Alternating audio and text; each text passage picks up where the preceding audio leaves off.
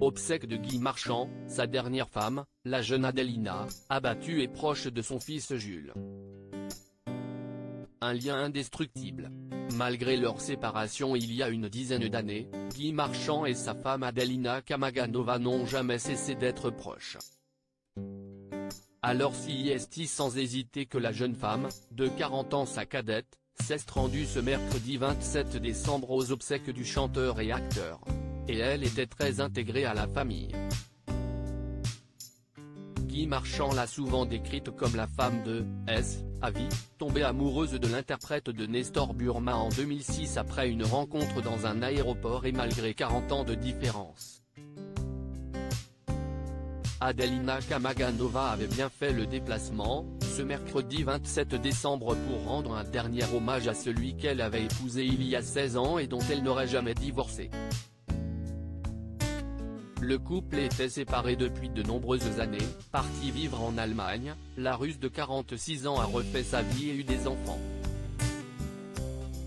Mais cela ne l'empêche visiblement pas de rester proche de son mari, ni de la famille de celui-ci. Devant l'église de Molégès, où se tenait la cérémonie, elle a en effet été photographiée avec les proches de Guy Marchand. Notamment son fils Jules, très éprouvé, et qui a discuté avec elle durant plusieurs minutes. Une preuve de sa place importante dans la famille, il faut dire que Guy Marchand avait été très clair sur elle. Elle a droit à autre chose, j'adore ses enfants. Moi, je ne pouvais pas lui en faire. Quand je vais la chercher à la gare, elle me serre contre elle, comme si c'était le premier jour. CIST invraisemblable. CIST jusqu'à la mort entre nous, avait-il expliqué dans une interview à Gala il y a quelques années. Et emmitouflée dans son manteau noir, la jeune femme semblait très éprouvée lors de ce moment difficile qu'elle a également partagé avec Béatrice Châtelier. La première femme de Guy Marchand, et avec ses deux enfants, Jules et Ludivine. Cette dernière était elle-même venue en famille, avec son compagnon le réalisateur Quentin Reynaud et leur fils Balthazar mais est restée plus discrète que son frère, qui a porté le cercueil en compagnie d'autres proches. Pour rappel, Guy Marchand est mort subitement le 15 décembre dernier à 86 ans. Hospitalisé à Cavaillon, il souffrait notamment de problèmes de vésicule biliaire et avait déjà vaincu un cancer.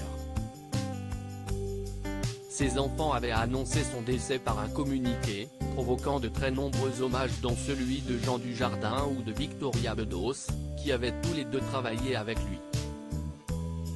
Plusieurs centaines de personnes étaient venues rendre un dernier hommage à l'interprète de Nestor Burma. Après une cérémonie religieuse en l'église Saint-Pierre-et-Lien de Molégès, de longs applaudissements ont ponctué le placement dans le véhicule funéraire du cercueil de l'acteur. Une photo de lui jouant de la clarinette, l'un de ses instruments fétiches, accompagné d'un de ses chapeaux, était posée sur le cercueil.